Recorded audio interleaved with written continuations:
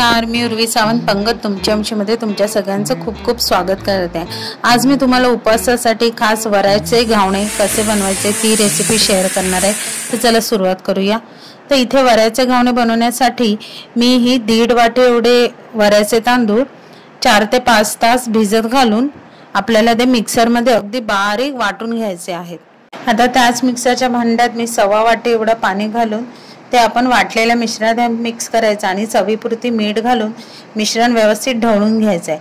आता इथे मिश्रणाची कन्सिस्टन्सी तुम्ही जास्त जाडही ठेवायची नाही आणि जास्त पातळही ठेवायची नाही, ही मीडियम कन्सिस्टन्सी अगदी परफेक्ट आहे।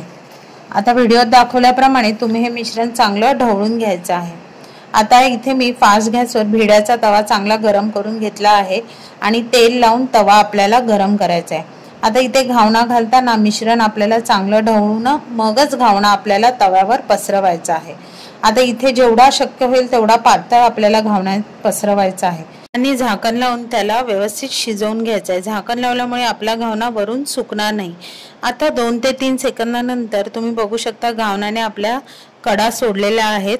तर आता आपल्याला तो टर्न करायचा आहे। तुम्ही हा घावणा असाही काढू शकता किंवा टर्न करून खालची साईडही तुम्ही शिजवून घेऊ शकता। आता तुम्ही बघू शकता घावणा आपला चांगला शिजलेला आहे, तयार झालेला आहे। आता अशाच प्रकारे मी एक दुसरा घावणाही तुम्हाला दाखवते। घावणा जेव्हा आपण घालतो तेव्हा आपली गॅसची फ्लेम ही नेहमी फास्ट असली पाहिजे आणि तेल व्यवस्थित पसरवलं पाहिजे। आता हा दुसरा घावणाही बघा मी व्यवस्थित जेवढा पातळ होईल तेवढा मी पसरवला आहे। लगेच झाकण ठेवून आपल्याला गॅसची फ्लेम मीडियम करायची आहे। आता अशा प्रकारे हे मी सगळे घावणे तयार करून घेते आहे। जर तुम्हाला हवं असेल तर ते वरी वाटताना तुम्ही त्याच्यात अर्धा चमचा जिरं आणि थोडेसे भिजलेले साबुदाणे घालून तुम्ही हे वऱ्याचे तांदूळ वाटू शकता मिक्सरला। पण आमच्या घरात कोणाला आवडत नसल्यामुळे मी हे असे प्लेनच वाटलेले आहेत।